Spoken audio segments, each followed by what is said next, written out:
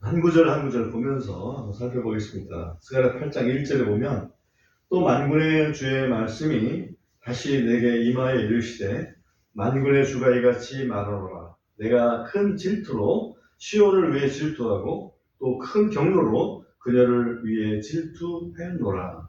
여기 질투라는 말이 나오죠. 우리가 잘 알지만 질투란 말하고 시기란 말은 완전히 다릅니다. 질투란 말은 본래 내 것이었는데 남들이 빼앗아 가려고 할 때 느끼는 감정, 그것이 질투입니다. 시기는 본래 남의 거였는데 내가 갖고자 하는 마음, 그런 감정, 그것이 시기입니다. 근데 하나님은 시기의 하나님이 아니고 하나님은 질투의 하나님입니다. 왜? 하나님의 것이었기 때문에. 모든 것이 하나님의 것이었습니다.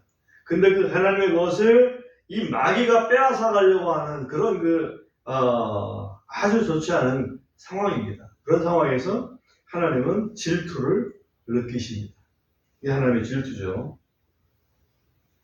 3절, 주가 이같이 말하노라. 내가 시온으로 돌아왔으니 예루살렘 한가운데 거하리라. 또 예루살렘은 진리의 도시라 불리겠고 만군의 주의 상은 거룩한 산이라 불리리라. 시온으로 돌아왔으니 예루살렘 한가운데 거하리라. 여호와께서 시온을 떠났었다는 얘기죠. 그죠? 에스겔서에 보면, 에스겔서 10장에 보면 여호와의 영광이 지성소로부터 떠오릅니다. 성전 문지방으로 갑니다. 또 성전 문지방을 지나서 에스겔서 11장 23절을 보면 동편 산까지 갑니다. 여호와의 영광이 완전히 예루살렘을 떠났죠. 그리고 다시 이스라엘 백성이 돌아와서 에스겔 성전을 다시 이렇게 지을 때에 보이시면서 그때 말씀하시는 것이 여호와의 영광이 동편에서부터 성전으로 돌아오는 것을 에스겔서 43장에서 말씀을 하고 있고 또 그 장에서 성전 안으로 여호와의 영광이 들어가서 여호와의 영광이 전에 충만한 그런 그 모습을 에스겔 예언자에게 보여주셨습니다. 그렇습니다. 여호와의 영광이 함께하면 거기는 그야말로 복이지만 여호와의 영광이 떠나면 거기는 처참함입니다. 맞습니까?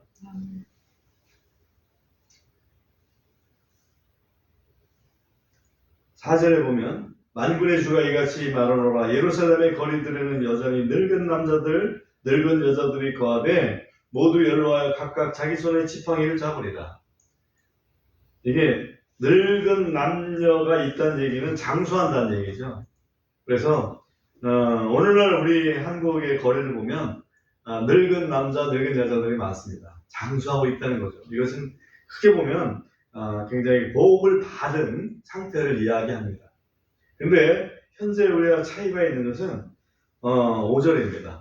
5절을 보면 그 도시의 거리들은 거기서 뛰노는 소년들과 소녀들로 가득하리라. 지금 우리나라는 소년들과 소녀들이 가득하지 않습니다. 소년들과 소녀들은 아주 드문드문 있고 노인들만 가득합니다. 이것이 문제죠. 그러니까 복을 받으려면 진짜 복을 받아야 되는데 지금 그렇지 못합니다. 6절에 보겠습니다. 만군의 주가 이같이 말하노라. 만일 이 날들에 그것이 이 백성의 남은 자들의 눈에 놀랍다 하여 그것이 내 눈에도 놀랍겠느냐? 만군의 주가 말하노라. 그래서 남은 자들이 볼 때 와, 우리가 이렇게 완전히 망했었는데 어떻게 이 노인들이 이렇게 있고 아이들이 이렇게 많이 있을까? 정말로 놀랍도다 라고 놀래 자빠질 수 있겠지만 하나님은 말씀하시기를 내 눈에 놀랍겠느냐? 당연한 거다. 내가 복을 주면 다 그렇게 되는 거야. 한마디로 그렇게 말씀하시는 거죠. 7절에 보면 만군의 주가 이같이 말하노라. 보라 내가 내 백성을 동쪽 지방과 서쪽 지방으로부터 구원할 것이라. 동서로 흩어졌던 이스라엘 백성들을 다시 모을 것을 여기서 말씀하고 있습니다. 8절 또 내가 그들을 데려올 것이며 그들은 예루살렘 한가운데 거하리니 그들은 내 백성이 되고 나는 진리와 의 안에서 그들의 하나님이 되리라. 본래 이스라엘 백성은 하나님의 백성이고 하나님은 이스라엘 백성의 하나님이셨습니다. 그죠? 그런데 그들이 잘못함으로 말미암아 하나님을 버리고 우상을 숭배함으로 말미암아 그들은 여러 가지 고생을 하게 됩니다. 이제는 다시 하나님께서 회복시켜 줄 것을 말씀하고 있습니다. 예루살렘은 하나님이 다시 돌아왔기 때문에 그 예루살렘의 이름이 진리의 도성이다. 이렇게 이름으로 불리겠습니다. 그 다음에 이제 9절부터 보면 만군의 주가 이같이 말하노라. 만군의 주의 집 곧 성전을 건축하려고 그 기초를 놓던 날에 있었던 예언자들의 입을 통해 한 이 날들에 듣는 너희들아, 너희 손을 강하게 할지어다. 이는 이 날들 전에는 사람이 삭슬 받지 못하고 짐승도 삭슬 받지 못하였으며 곧 고통으로 인하여 나가거나 들어오는 자에게 어떤 평안도 없었기 때문이다. 이는 내가 모든 사람을 세워 각자 자기 이웃과 대적하게 하였기 때문이라. 예루살렘 성전이 파괴된 상태, 하나님이 예루살렘을 떠나신 그런 상태, 그런 상태에서는 사람들이 일을 해도 삭슬 받지 못하는, 보람이 없는, 고통만 당하는, 평안이 없는 그런 삶을 여기서 말씀하고 있습니다. 그리고 평안이 없을 뿐만 아니라 이웃을 보면 원수같이 생각하는 거예요. 사람이 살기가 힘들면 어떻게 되겠어요? 이웃이 와도 반갑지가 않겠죠? 뭐에서 뭐가 난다 이런 말이죠? 곡간에서 뭐가 난다? 인심이 난다. 그렇습니다. 그래서 곡간이 넉넉해 인심이 있는 거지. 먹을 게 없는데 손님이 오면 반갑겠습니까?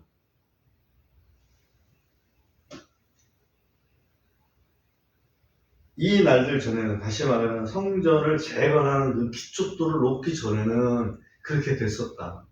그러나 11절 보면 그러나 이제는 성전의 기초돌을 놓은 다음에는, 내가 돌아온 다음에는, 그 얘기나 마찬가지죠. 너희가 나를 믿는 믿음을 회복한 다음에는, 그런 얘기나 마찬가지입니다. 내가 이 백성의 남은 자들에게 대하기를 이전의 날들처럼 하지 아니하리라. 만군의 주가 말하노라. 이는 씨가 번성하고 포도나무가 자기 열매를 내며 땅은 자기 소출을 내고 하늘들은 자기 이슬을 낼 것이므로 내가 이 백성의 남은 자들로 하여금 이 모든 것을 소유하게 할 것이기 때문이라. 그렇죠. 땅에서 씨 심은 곡식이 잘 자라서 열매를 풍성하게 맺으면 그보다 더 나은 게 뭐 있겠습니까? 하늘에서 적당한 시기에 비를 내려서 그 곡식들이 잘 자라면 사람이 사는데 아무런 문제가 없습니다. 그러한 삶을 하나님께서 주시겠다라고 말씀하시는 거죠. 이제는 내가 돌아왔으니 너희가 돌이켜서 내 집을 다시 재건하려고 기초돌을 놓았으니, 그 얘기죠. 13절 아주 중요한 표현이 있습니다. 또 이 일이 일어나리니 곧 너희가 이교도들 가운데서 저주가 되었던 것처럼, 여기 이교도들이라고 되어 있는데 하나님을 아는 그런 백성들 말고 열방 사람들을 이교도들이라고 표현을 합니다.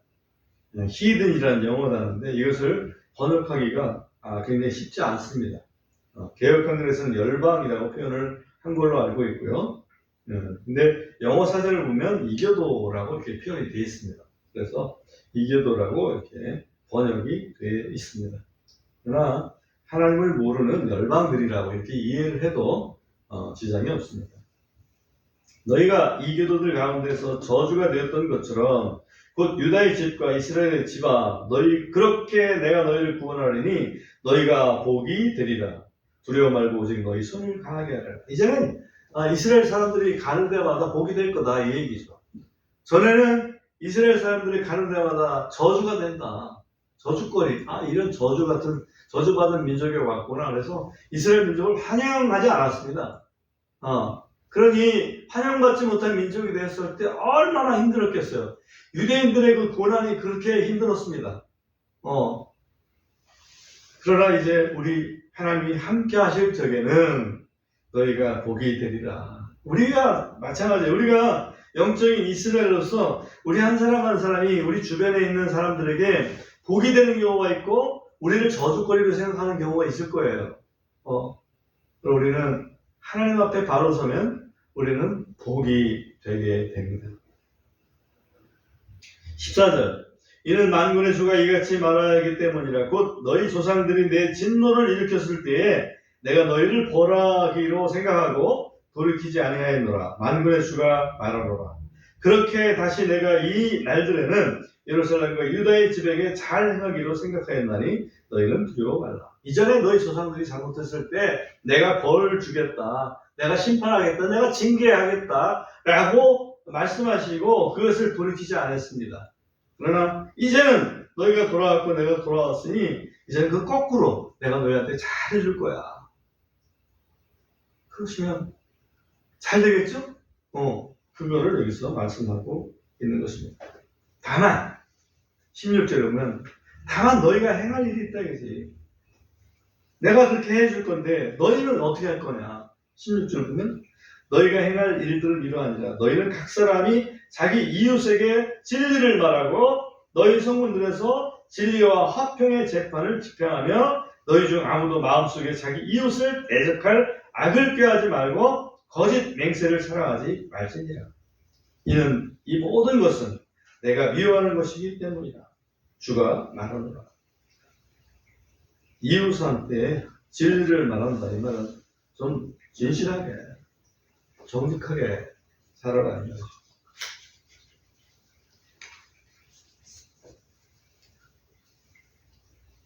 재판을 해도 진리와 화평의 재판을 하라 하면 진실한 재판을 해야 되고 공정하고 진실한 재판을 해야 되고 화평하게 서로 화평할 수 있도록 재판을 해야지 원수처럼 여기서 백성은 그렇게 재판하면 되겠느냐.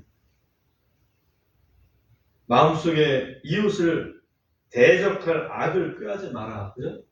사실 죄는 마음에서 나오잖아요. 악한 생각을 가지고 있을 때 저 이웃을 내가 해야지. 내가 이익을 보고 저 사람이 손해보게 해야지. 이런 그 악한 마음에서부터 죄가 생기는 거니까 그런 생각을 꾀하지 말아라. 거짓 맹세도 하지 말고 내가 그렇게 해줄게 해놓고 그거 내가 말 진짜 그렇게 한다고 해서 그렇게 진짜 할 줄로 믿었어? 예를 들어서 그런 그 우스꽝스러운 정치인들 있잖아요. 그죠? 내가 존경한다 그러니까 진짜 존경하는 줄 알아? 그러면 안 된다는 얘기입니다. 말은 분명하고 정직하게 해야지. 하나님이 미워하십니다. 그런 거는 하나님 미워하신다고. 이 모든 것은 내가 미워하는 것이다. 그죠? 그렇게 하지 마라 이거지. 너희가 돌아왔고 내가 돌아왔으니 이제 너희가 할 일은 내가 미워하는 일 하지 말고 내가 기뻐하는 일, 그 일을 해라 하는 얘기죠. 18절 또 만군의 주의 말씀이 내게 임하여 이르시되 만군의 주가 이같이 말하노라.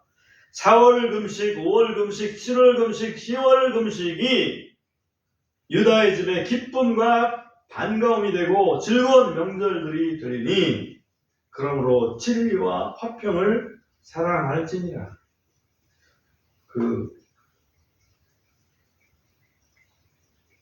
바벨론의 느부갓네살에 의해서 멸망을 당한 후에 흩어진 이스라엘 백성들이 금식을 자주 했던 것 같아요. 4월 때도 금식하고 5월 때도 금식하고 7월은 원래 금식하는 거고 또 10월에도 또 금식하고 자주 했던 것 같아요.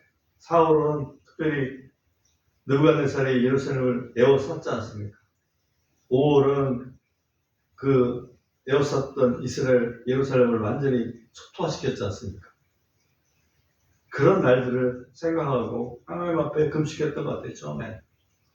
그런데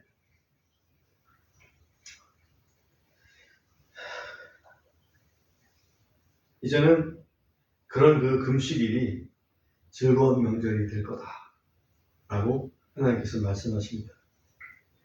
20절 만군의 주가 이같이 말하노라. 이 일이 여전히 일어나리니 곧 백성과 많은 도시의 거주민들이 거기로 오겠으며 한 도시의 거주민들이 다른 도시로 가서 이르기를 우리가 속히 가서 주 앞에서 기도하고 만군의 주를 찾자. 나도 또한 가리라 하리라. 참으로 많은 백성과 강한 민족들이 와서 예루살렘에서 만군의 주를 찾고 주 앞에서 기도하리라. 서로 이제는 예루살렘에 가서 우리가 기도합시다. 하나님 앞에 기도합시다 라는 그런 운동이 벌어질 거라 이거예요. 언제 그런 일이 벌어집니까? 하나님께서 그런 역사를 하실 적에, 하나님께서 살아계심을 사람들의 눈으로 목도할 적에, 예수님께서 수많은 사람들을 고치셨을 때에 수많은 사람들이 밀려왔습니다. 나도 가면 고침받을 수 있을 거야. 나도 가면 죄 용서받을 수 있을 거야. 나도 가면 새로운 삶을 살 수 있을 거야. 라고 하면서 수많은 사람들이 몰려왔습니다. 그런 일들이 일어날 것이다 라고 말씀하시는 거예요. 23절 보면 만군의 주가 이같이 말하노라. 그 날들에 이 일이 일어나리니 곧 민족들의 모든 언어들 중에서 10사람이 나와서 붙잡되 유대인 한 사람의 옷자락을 붙잡고 이르기를 우리가 너희와 함께 가리니 이는 하나님께서 너희와 함께 하심을 우리가 들었기 때문이라. 마치 아브라함이나 이삭이 그 블레셋 땅에 그 애굽 근처에 가서 있을 때에, 그죠? 하나님께서 그와 함께 하시는 걸 보고 아비멜렉 그 사람들이 와서 우리와 조약합시다. 우리 계약을 합시다. 서로 이게 좋게 지냅시다. 한마디로. 그전에는 무시했는데, 쫓아냈는데, 왜? 보니까 하나님이 함께 하시고 계시거든?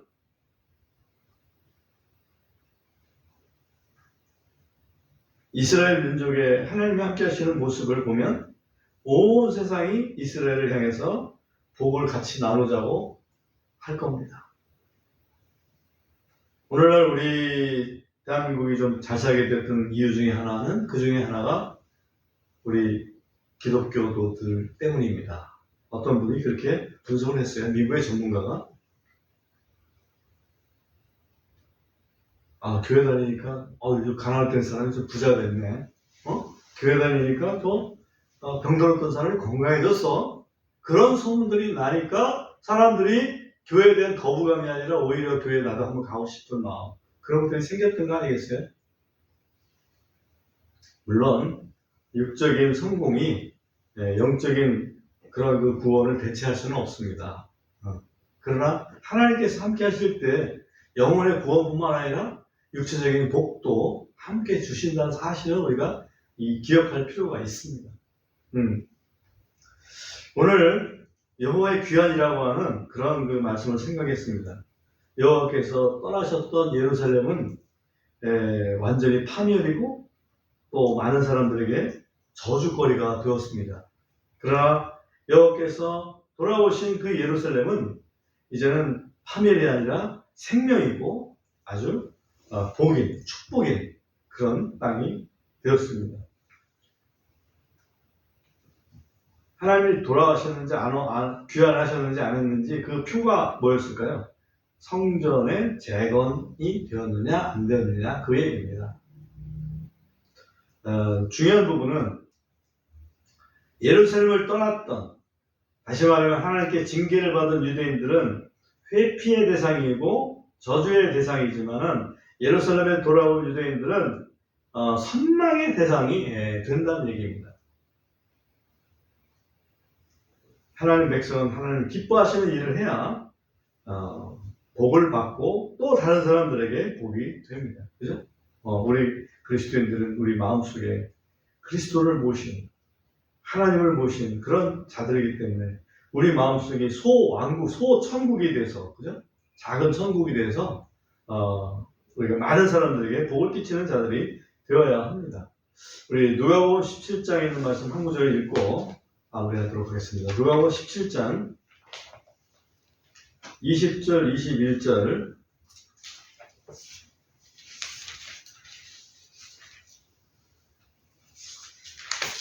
제가 한번 읽어보겠습니다.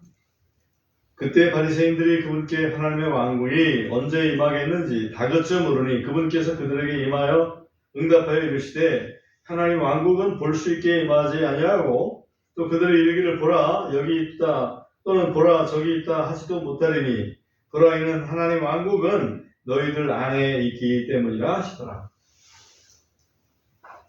물론 주님 재림하셔서 세우실 천년왕국과 그 이후에 새하늘 새 땅이 있지만은 우리가 우리가 그 날이 임하기 전이라도 우리가 이 땅에 있는 동안 우리 마음속에 하나님 모신 그런 천국을 이루는 것이 하나님을 기쁘시게 하는 뜻인 것을 분명히 알아야 됩니다.